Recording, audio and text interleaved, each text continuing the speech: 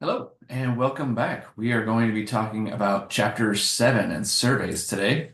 So I want to kind of compare this, as we get started. I want to compare the way that we talked about the qualitative methods, which were things like, and when we talk about surveys and qualitative methods, I'm talking about the qualitative methods of data collection. How do we get our data that we want to be analyzed at some point?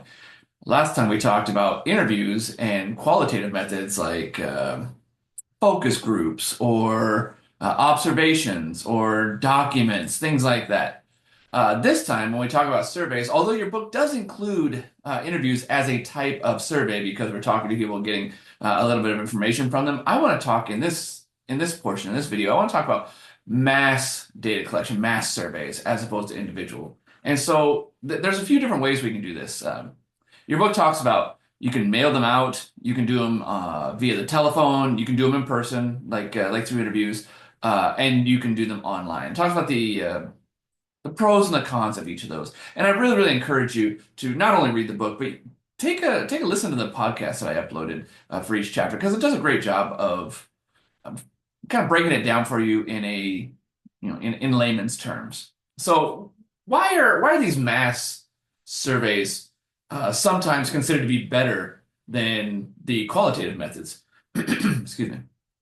And that, better is in the eye of the beholder, right? It depends on how we want to get the data and what data we want. We talked about in the qualitative methods, we're getting the kind of really deep dive into the lived experience, the why, and things like that, the individual experience. Whereas these mass surveys can get the bigger picture.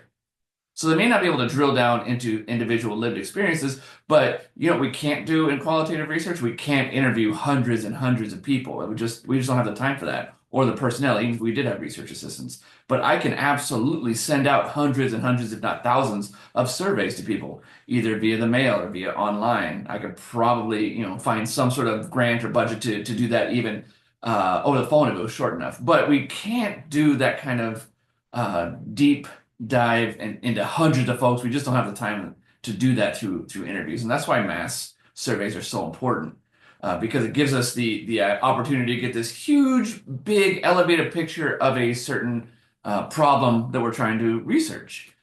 The other thing is we don't have to schedule them. Surveys can be done on the participant's time.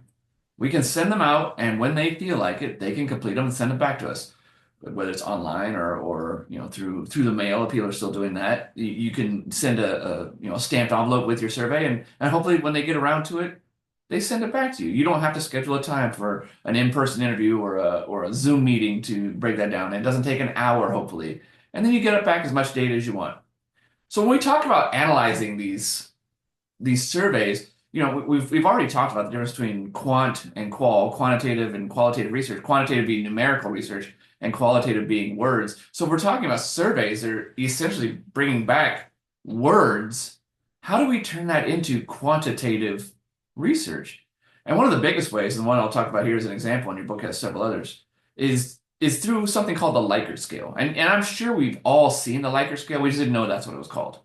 So you may have been asked in a survey, how strongly do you agree with the following statement? One being very strongly and five being not at all. Well, you're saying very strongly, you're saying not at all, you're saying somewhat strong, but you're putting one, two, three, four, five. I'm getting back as a researcher, I'm getting back numbers that I can crunch and analyze quantitatively, even though in your mind you're saying something in words. It's translating it from words into numbers, and that's what the Likert scale does. We've all seen it. It's just now that you kind of pointed out, you'll maybe notice it a little bit more. So with that in mind, again, I encourage you to take a look at that podcast. It does a really great job of breaking down the methods and what types of research are used in each of the survey methods. And as always, I look forward to seeing your submissions. Rock chalk.